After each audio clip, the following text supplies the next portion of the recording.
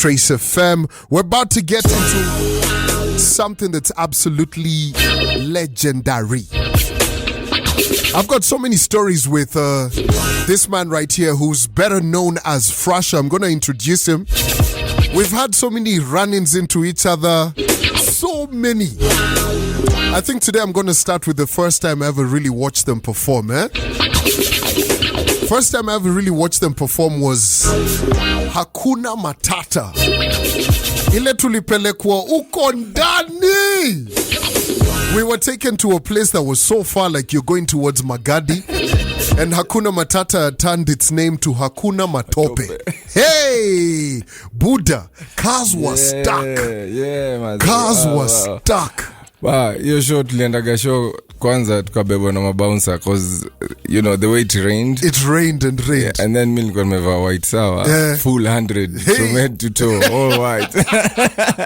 You know, nakumbuka hiyo day. Gabu had spare shoes. Nakumbuka alizidunga hapo hivyo kwa stage. Alafu najua Gabu ni diva bana. So yeye hataki kujua ti. Maze mimi nilingia na matope bro. Hakuna matope. That was the first time I ever watched you guys perform. Oh man, for real. Your career ilikuwa tushaenda but yeah, it was good times. Apo you guys had already done it. Of course, this is Manzim Shapata ma nominations, meshinda awards. Hottest things, man. Yeah. Back then, I think music was appreciated more. There was, more Kenyan music had more visibility, across the continent. I'm not saying it doesn't have now, but like we were able to break through markets that people had not broken into. Yes. Yep. Interesting. Yep. You say that music was appreciated more then. Yeah. Okay, break that down for me. Yeah, I think there was more, for me, there was more money in the industry. Money was circulating through the artists because even the CMOs at that time were functioning. Shows, we were getting more shows, getting more paid. Like the way we were in like 5 years ago, we would charge a show for $1 million, you know? Yeah, and it's not like one show. We would go like for 4 shows, 5 shows, go for a tour and get paid, Si ati mnasumbuana But, with the way the industry went, ukiangalia CMOs started going down, there was no money coming from that side. Yes. There was no money of merchandising, there was no bado kulikuwa na piracy. As in, things just changed and sangine muske back cause generation because I know they're having fun, but there is music business behind music. Yes. So it's interesting that you're saying all of that and talking about the music business. We were actually talking about it just now. Now you've been around CMOs and all of that, and you've already touched on it. And umekuwa close na some of the guys who've Nonini and all of that, guys who've been members at some point and all of that. What is going on with the CMOs in Kenya? Like plainly, imagine unaexplainia mse ametoka Mushadha aelewi hizi vitu. Nini mbaya? The number one thing as I said, there was a lot of impunity. People would do things because wanajuana, because they have connections, and the artists always suffered. But I think kuna mwamko mpya, there's new movement in terms of changes that we've fought for many years. The CMOs are changing. Hopefully within the course of the year you'll see the changes that have happened. We have a committee that is headed by headed by Churchill. Yes. So I hope to see what kind of work they do. And we have a new CS who's actually really working for the artists. Yeah.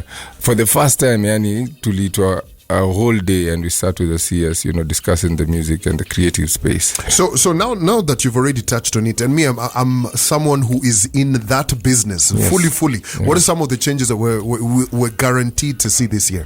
First of all, the number one thing that I think was a problem is collection. And in terms of collection, I think now things are getting better because there will be one license for all. For like a one-stop shop, we expect MCSK priests can come to be able to collect from one license. Also, Kekobo have been put in measures to help how they spend the money, because the problem that we had is they used to collect a lot and then they spend a lot. And what the artist ends up getting was a little bit low. So those changes have been there. We have movements, changes in management, changes in the boards. So let's give it time. I think this year there's going to be some change. Yes. Artist Otadishi. All right. Now, I want to get into your song called Ahere, right? As we come back and talk about, my man has said after 23 years, he's even wearing the jersey 23, year number 23. 23, a very big number for man like Frasha. Nataka sasa tuongee juu ya mziki. Tumeongea juu ya, the business and all of that. Yeah. Nataka tuongee juu ya the 23 years. I want to talk about politics kidogo. Unajua pia wewe ni mheshimiwa. Nashukuru. Lazima. Gabu was on the show and he's talking about his brothers Frasha and of course Bonai. And one of the stories that he said was one time they were in the States and they were set to perform. Sijui ni nani alikuwa amebeba nguo ziko wet or something like that. Ebu, give me this story bana. What had happened? Sijui mara meanza kuzushiana hapo asubuhi, sijui nini. Ugaba anachomaka sana. Anachoma bana. Give me the version of this story. The first time we were going to the States. Tulikuwa na gig the previous night. So nilienda a bit hard, Ulienda a bit hard, yes. A bit hard. Yes. So after kutoka, I went straight to the airport. Juu time najua start kuchelewa nini, But sasa niko mambo kienda state usibebe nguo. Endo buy vitu huko, Yeah. So ukitafuta vitu za huko Kenya, buy vitu ndogo ndogo. So nilikuwa na jeans kingine nilikuwa nimependa, nimekabai kama nikapigia mbochi nikamwambia naje si mnieke aka jeans nini, anipaki tu nini. Mimi niko airport bro. Serious? Nataka vitu zitumane huko bro. So maze vile alitumana hizo vitu mbochi ni siko baya lakini aliniakia nguo hiyo jeans ilikuwa wet, ilikuwa imefuliwa, amefua morning. So it was around 11. Amefua morning bado ni wet, alafu kitu mbaya akaeka kwa paper ya supermarket. Wow. Ukaletwa kwa airport. Kwa airport na mzee wa Ndudhi. Maze kinagaboli nchekelea but baadaye. So let me tell you, nikitoka nilibai unga na roiko na Kepha hizo kutoka hizo. So nikaenda nazo. Sikuwa napelekea mtu yote bro. Zilikuwa zangu. So kwa airport nikasumbuliwa maze. Wakaangalia ile unga nini Heathrow. So kufika huko after like 3, because tulikuwa tunakaa for a long time, like 3 weeks, wasio wamelala, mimi nikaamka nikajua nyinyi leo mtanitambua. Nikaenda nikabai kanyake nikarudi. Nikapika sembe. Unajua kwa States wanasikia wananusa wanajua hapa kuamka ni mimi na ile ugalia ile nilisimamishwa Heathrow ile unga ile. Nikamwambia sasa hapa lazima tudili na nyinyi. Nikaikata mara 4. Nikaanza kuwauzia. Bro walibai kama 5 quarter 5k. Hakukuwa na otherwise sawa na kasembe alafu na kasukuma huko alafu nimeka roiko. That's it. 5k. So like one of the things that Musema miss ni going out na kinagabu. Okay, so we hang out nowadays but we don't tour, yes. Na Bona because pia Bona anafanya vitu zake but tulikuwa we had real fun bro. Man, I saw a certain website post up and say, yo, Gabu said after 23 years they're exiting the game, and I was just like, what do you mean? Gabu bado wako ni Frasha. I mean Frasha. I was like, Frasha's exiting the game. I was like, what's going on? Because one of the things that you've done is you've gone into politics. Yeah.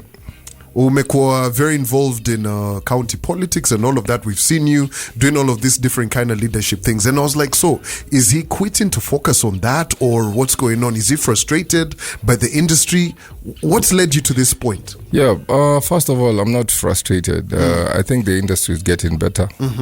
But as you know, me nimekuwa mtu wa ku take challenges, and the next challenge I'm about to take is a bit serious for me, and it needs a lot of focus. Okay.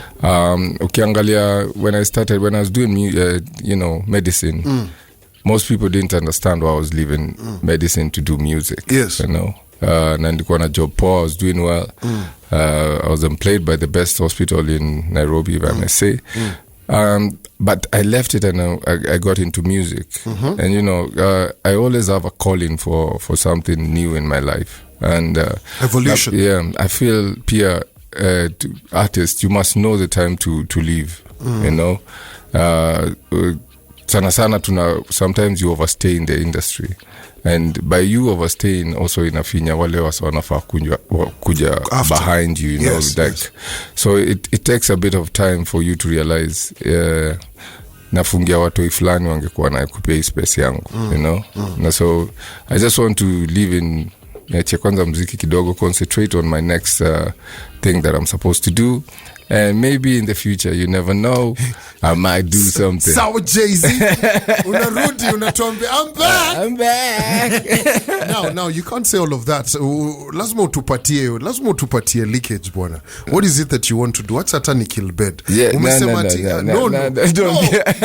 no. Yeah. Unajua mi sasa, these are the things that piss me off. Yeah. Unakaa mnakupatia a whole opportunity. Ma press conference. Naambia wadhi Frasha amesema hapa hivi. Alafu nafungua website. Zile hapo. Not name, no name. Nashindwa Gabuya ni hakuweza kuniambia. Yo, listen, first of all, when the right time comes for this information to get out, it's going to get out because it's something that I'm working with a company and I sign NDA, so I cannot disclose it for now. But in the next few weeks, your company inaitwa Hustler Government. Unajua umesema in the next few weeks. Maybe you have a CAS position. Oh no. The CAS walishachaguliwa bana. Sisi ni watu mahasla wa ukweli wa mtaa. Wewe una shares kwa hii country? Tuko nazo kidogo. Ni wale wazi. Hey. When did this song drop, by the way? Oh my God, I can't remember the year, but this time is when we had started Pacho Records. Yes, Rapdamu alikuwa ametoka Buruburu kutoka kufungua studio hapo Mada. And at that time, actually, we were with King Kaka also on Pacho. And so we were the three guys behind Pacho, yeah. It was you, it was Kaka, me, Kaka, Sedo, and Sedo and King Kaka. Then King Kaka kama kawaida sungura rabbit. Akakuwa mjanja, akatutoka, akafungua empire yake. Yes. So tukabaki Pacho. Kidogo me I was out because I had to deal with P-Unit also. Yes. Then I think Sedo, that's the time I started working with Nyashinsky also. So he also concentrated on his brand. Naiboy ndo akabaki na Pacho. Naiboy akabaki na Pacho. Na squeezy ako Steto bana. Yeah, man. Shago na to Naiboy. Now, I can't not ask you this, right? What is your one favorite moment with P-Unit? Yani a moment that is so wholesome for you. You know, you think about it like maybe you're just up thinking about your yesteryears and it just makes you go like, way, and this one time ilikuwa ni noma. Yeah, the first of all, there was nominations, you know. We got nominated for MTV Awards. That was huge. We won Channel O. So the first one was okay, like I was okay with it. But then we won 2 awards on the same day with all the big names in Africa that were there at that particular time. Yes. That second award, Elini Stampia, my authority, like, we're doing something right with our Kenyan music. Yeah. Wow. That was a huge moment for me. Profound. Mbaya. Yo picha uko nayo bado? Niko nayo. Kwanza nilikuwa nimeshikilia. So, when we were going for the awards, actually hatukuwa tuna-expect kuwin kitu. Umesema tu tuishie tu. Twendeni jo. Ni lap. Tumeenda South Africa. Ni free. Hakuna tumeenda na kila kitu ni free, tumeingia, tumedishi, tuna nini, tuko kwa gari, so we were in the same car with akina Diamond, Omi Dimples, AY, Sauti Soul, us guys, so tulikuwa wase wa East Africa kwa basi moja. So si tukienda hata vile tulikuwa tumevaa tu kigenge, like my jackets kawaida. And we get to the awards. We were nominated for 2 categories. Yes. And one of the categories ilikuwa na P-Square. P-Square your time ni wa moto. Hey bro, acha nikwambie MTV Awards. Mimi nakuaga na story mob. MTV Awards Nigeria. Tumeenda, so wakaanza ku-announce winners. Best group in Africa. Nikasikia P, tukaamka. Nikasikia Square. Serious? Sit down. Wait. Yeah, so that P unit, P-Square at that time. Humbled, bro. And then we come and then we won in South Africa. And I think this is where now the Tanzanians actually started beating us, because I'm telling you, when we were coming back, tulikuwa kwa basi. So when you're doing awards, kuna kuwaga na basi tofauti. Basi yako lazima, like from East Africa, you have to get into one bus and go to one hotel, right? So whatever East Africa tuliingia the wrong bus. So it was going to the club and us guys wanted to go to the hotel. So between that all commotion. So unajua si shawin tuko na nini award 2 pale, ni kujigamba tunawaongelesha ile hamtujui. Then akina Salam, Chief Kiumbe were in the same bus, These guys were interested in music even way before, because walikuwa wanajilipia hizo trips wanakuja kuwatch. So si tumeingia hapo na kiburi, jamaa wanasikia tu wanapanga, unajua bana Kenya kanini. So from there is when they now started putting more money into their industry. And shout out to Mtuka Diamond mali amefika till today because of the background that he had and the backing that he has. He's got some proper business minds behind it. Yes. Now, it's happening here. It started to happen in Kenya, but we still need more people to actually believe in artists and believe in the industry and put money into it. Yep. I agree. Yep. Yo, it's always a wonderful time catching up with you. Always a pleasure. And of course, I love the gems that you've given on the show this morning. Umeambia watu mziki iko na pesa. This is something I keep telling guys. Yep. Iko na do iko and lakini lazima ujipange, there's no business without a plan. Lazima ujiplane, you plan, lazima kuwe na a team. You cannot work alone. It's always about your team, and if you go in as a team, you always win as a team. Yep. I agree. All right, natiki leo uko na gig leo jioni. Tell me what's happening, buddy. Yeah, so today I'm doing my last public performance, maze. I've not performed in a long time, and kila time nikigo out or sazile niko mahali tu, guys are like, bro, so just do one more show, like just do one last show for us. So I decided, okay, so let's do it, and this is it. It's been 23 years. It's my birthday tomorrow. So tuko Eve ni leo. So today I'm celebrating my party because tomorrow I want to be with my family. So I invite Kilam to just come to Ken to the Dress today from 6 p.m. It's about the Kenyan industry. It's not necessarily about me, but it's my journey in the Kenyan music industry. Yeah. Bas Kembu Road leo. Yeah, maze.